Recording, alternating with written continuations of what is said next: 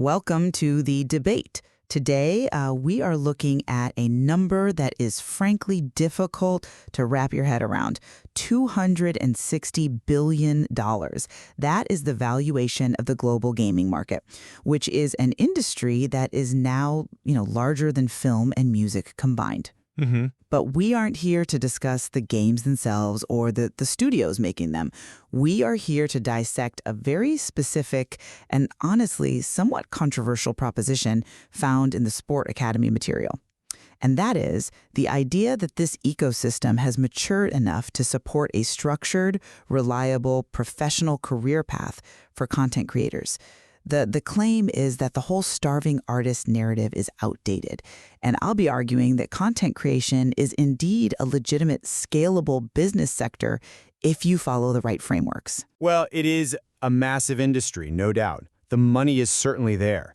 But the central question we really need to answer today is whether that $260 billion actually trickles down to the individual in the way this material suggests. I'll be taking the stance of heavy skepticism. We are looking at a roadmap that claims to turn a bedroom hobbyist into a professional earner. And when you look at the saturation, 29 million active creators competing for attention, you have to ask yourself, is this roadmap actually a career plan, or is it just a highly sophisticated way to organize a lottery ticket? Because I am representing the position that the creator economy, which itself is valued at over $28 billion within that larger pie, by the way, has shifted fundamentally. It is no longer about, lightning striking a random teenager in their basement. The Sport Academy text outlines a very specific methodology. They call it the TRRI approach, which integrates academic excellence, industry experience, and digital skills. My argument is that if you apply these frameworks, specifically the content pillars and the platform matrices that we are going to discuss, you are not gambling. You are actively building a scalable business in a market that has 3.49 billion active consumers. And I will argue that those frameworks, while, intellectually interesting, cannot engineer away the structural headwinds of this market. The material itself provides a frankly sobering, almost brutal statistic. 72.6% of Twitch streamers generate zero revenue. Not low revenue, zero. Yeah. And for those who do manage to make it past that initial filter, the timeline to earning their first single dollar is roughly 6.5 months. So my position is that while the industry's booming, the individual career path is fraught with survivorship bias. We're looking at a winner-take-all market where the hobbyist tier, which the text defines as earning $0 to $100 a month, is where the vast majority of people will stay, completely regardless of how many matrices they memorize. I think that is a fair interpretation of the current state if you only look at the raw numbers without any context. But it completely ignores the why. Why do 72% earn nothing? The Sport Academy material suggests it's because they are treating it as a pastime, not a profession. They are just turning on a camera and hoping for the best. Let's look at the conveyor belt model described in the text. This isn't just about playing games anymore. It's about a pipeline of value. We have a highly diverse audience now, 48% female, average age of 31 to 33. The market isn't just teenage boys anymore, and the content needs to mature to match that demographic shift. The demographics are shifting, yes, and that does expand the potential audience. I won't argue that. Exactly. And the TRRI approach capitalizes on that exactly.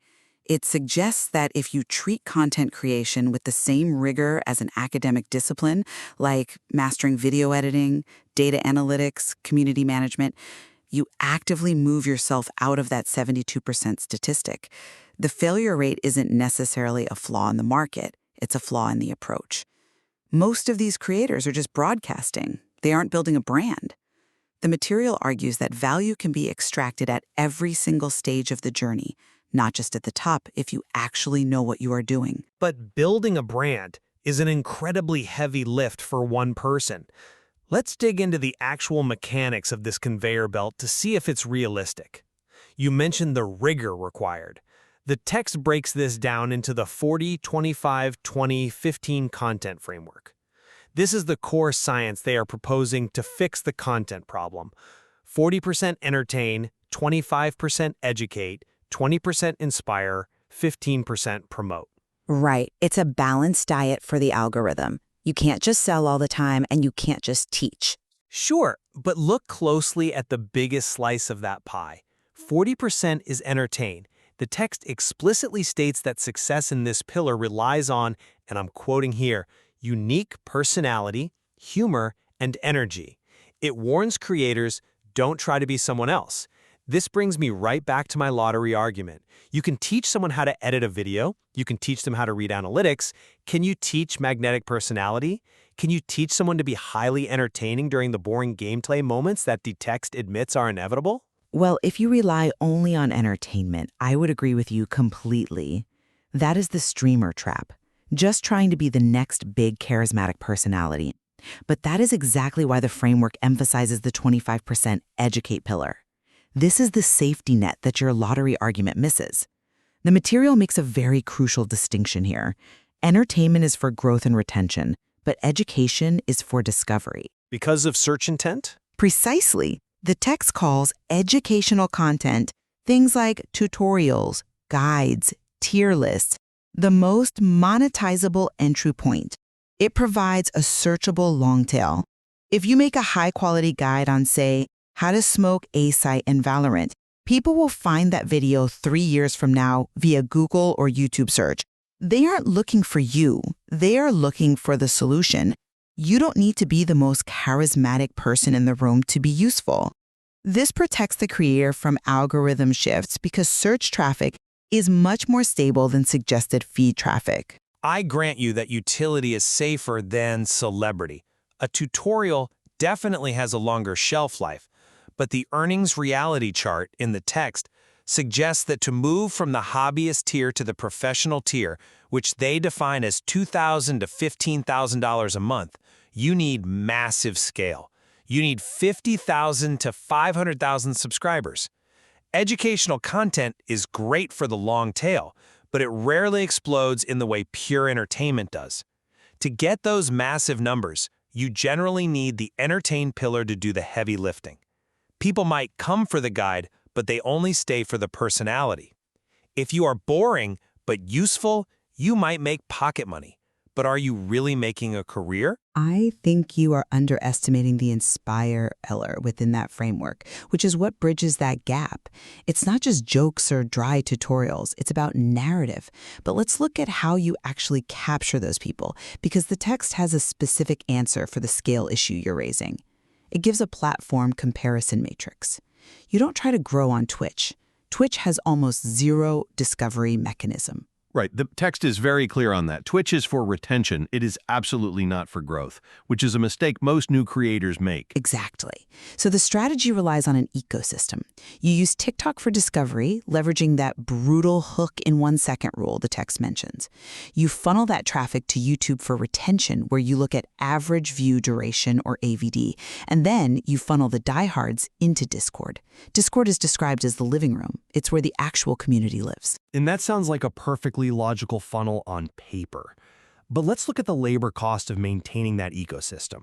You were describing a workflow that requires a solo creator to be a video editor for YouTube, a short-form specialist for TikTok, a live broadcaster for Twitch, and a full-time community moderator for Discord. It is work.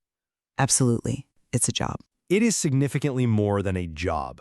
It is a recipe for burnout. The material lists daily engagement routines. Let's walk through what the text actually demands of a creator. Morning checks of all platforms. Trendjacking, creating content based on breaking news within 24 to 48 hours. If you miss that window, you missed the wave. Posting 3 to 5 times a day on X. Replying to comments within the first hour to boost the algorithm. And then, after all of that administrative work, you have to actually play the game and stream for hours with high energy. That is the growth kit phase. It is intense, I won't deny that. But the text also introduces the concept of batching to mitigate this exact problem. You aren't creating 3 separate pieces of content from scratch every single day. You stream once, you cut the highlights for YouTube, you slice the funny moments for TikTok, you take the discussion topic and post it to Discord. It is one input, multiple outputs. The conveyor belt is about efficiency. You aren't reinventing the wheel every morning. Efficiency helps, sure, but it doesn't solve the emotional bandwidth issue. The text emphasizes that community is the most durable asset. To build that, you have to be present. You cannot batch human interaction. Look at the 3-tier response system the material suggests for dealing with toxicity. Which is a vital skill for anyone operating online today. It is. Level 1 is engage with constructive criticism.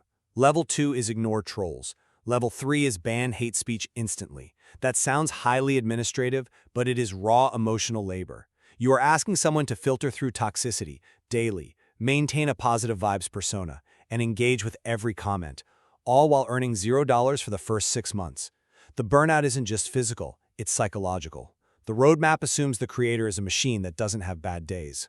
I would argue that is exactly why the TRRI approach includes industry experience and academic excellence. It frames this as a business discipline, not a lifestyle choice. In any startup, the founder works insane hours for no pay in the beginning. Why should this be any different?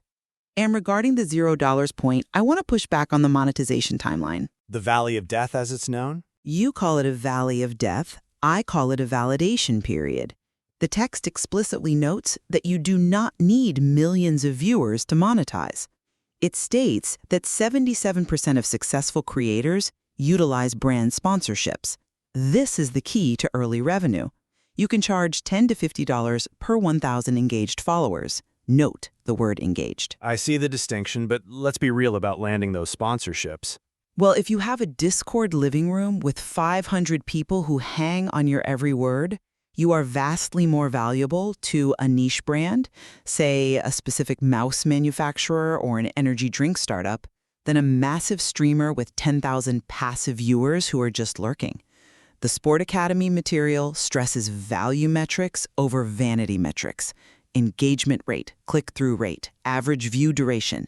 These are the actual currencies.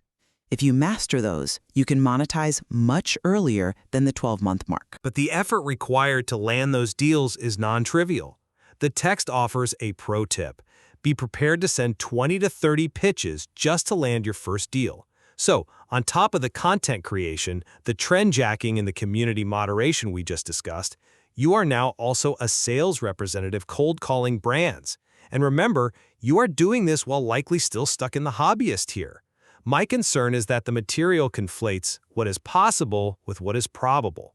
Yes, it is theoretically possible to get a sponsorship with 1,000 followers, but is it probable enough to base a serious career decision on? It becomes highly probable if you target the right market. And this brings us to what I think is the most exciting data point in the entire material, the Blue Ocean strategy. We are so intensely focused on the US and Western Europe.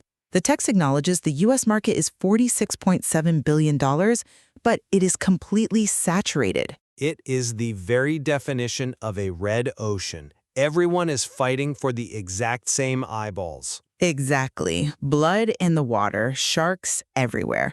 But look at the global south. Look at Pakistan. The text highlights a 21.9% annual growth rate there. It projects 50 million gamers in that region by 2026. This is where the Sport Academy model truly shines. The barrier to entry in these emerging markets, South Asia, the Middle East, Africa, is significantly lower. Localizing content for these regions is a massive, largely untapped opportunity. The barrier to entry is lower, yes, but so is the ceiling on revenue. We have to talk about CPM, cost per mil, which is what advertisers actually pay per 1,000 views. The CPM in Pakistan or Nigeria is a fraction of what it is in the US or the UK. For ad revenue, yes, that is a fair point. So you might grow faster, you might hit 50,000 subscribers in Pakistan much quicker than you would in California, because there is simply less competition. But 50,000 subscribers in a low CPM region might generate the exact same revenue as 5,000 in a high CPM region. The earnings reality chart is denominated in dollars. If you are earning in a weaker currency or a lower ad market, that full-time tier of $2,000 a month becomes incredibly difficult to reach purely through platform revenue. That is a fair economic constraint regarding platform ads, but that is precisely why the TI approach is holistic. It's not just about ads. It's about merchandise, direct support, and, crucially, transferable skills. Even if we accept your pessimistic view that the specific career of star streamer is a lottery, the education itself is not wasted. The student learns video editing, SEO, community management, data analytics, and public speaking. Growth hacking, as the text calls it. Exactly. Those are highly employable skills in a $260 billion industry. So maybe they don't become the next ninja or Pokimane. Maybe they become a social media manager for an esports team or a community lead for a major game publisher. The Sport Academy roadmap produces competent professionals for the broader ecosystem, even if they aren't all the face of the brand. It inherently diversifies the risk. That is the education as safety net argument. And I agree, the skills are real and valuable, but we are debating the promise of the creator career path specifically.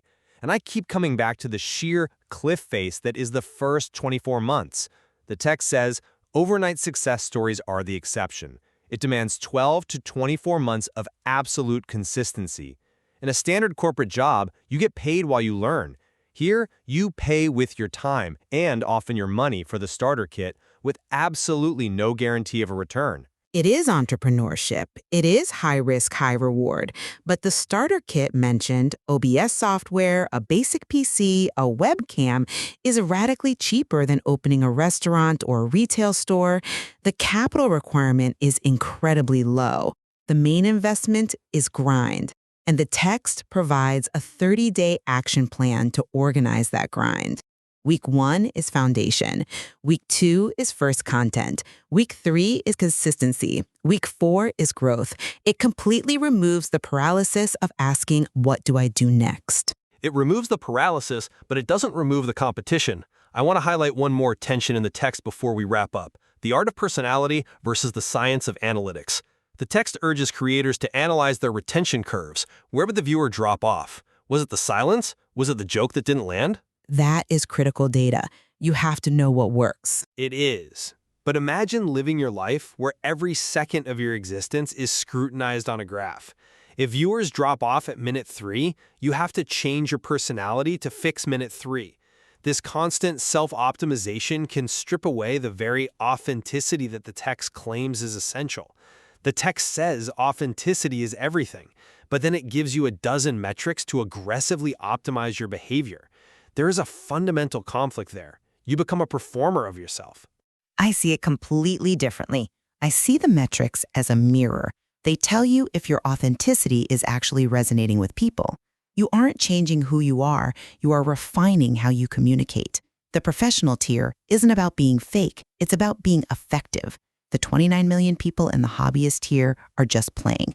The ones who use the data are the ones who turn it into a livelihood. We are essentially debating the difference between a hobby and a job. My argument remains that for 72.6% of people, this is a hobby that they are being sold as a potential job. The funnel is just too steep. The valley of death is too wide. The Sporte Academy material is an excellent guide for hiking that mountain. I will readily admit that. It is vastly better than going in blind. But we must be honest about the brutal slope of the mountain. And my argument is that the mountain is climbable if you stop trying to sprint up it in flip-flops. Professionalization, using the matrices, the content pillars, the community tools, is the hiking gear. The industry is $260 billion. The creator economy is $28 billion. There is absolutely room at the table, but only for those who treat it as a rigorous discipline. It is not about beating the odds. It is about changing the game you are playing. We can certainly agree that the hobbyist approach is dead. If you want to do this, you have to do it properly. Absolutely. And one thing the text emphasizes that transcends all the data we've discussed today: community over content. At the end of the day, people stay for people. And perhaps that is the only metric that truly can't be gamed. Authenticity remains the one variable that breaks the algorithm. That brings us to the end of this discussion. We've unpacked the Sporte Academy's roadmap, the grueling reality of the conveyor belt, and the massive potential of the global market. Whether you see a lottery ticket or a legitimate career ladder, the data is undeniably clear. It is very hard work. Thank you for joining us on The Debate. Until next time.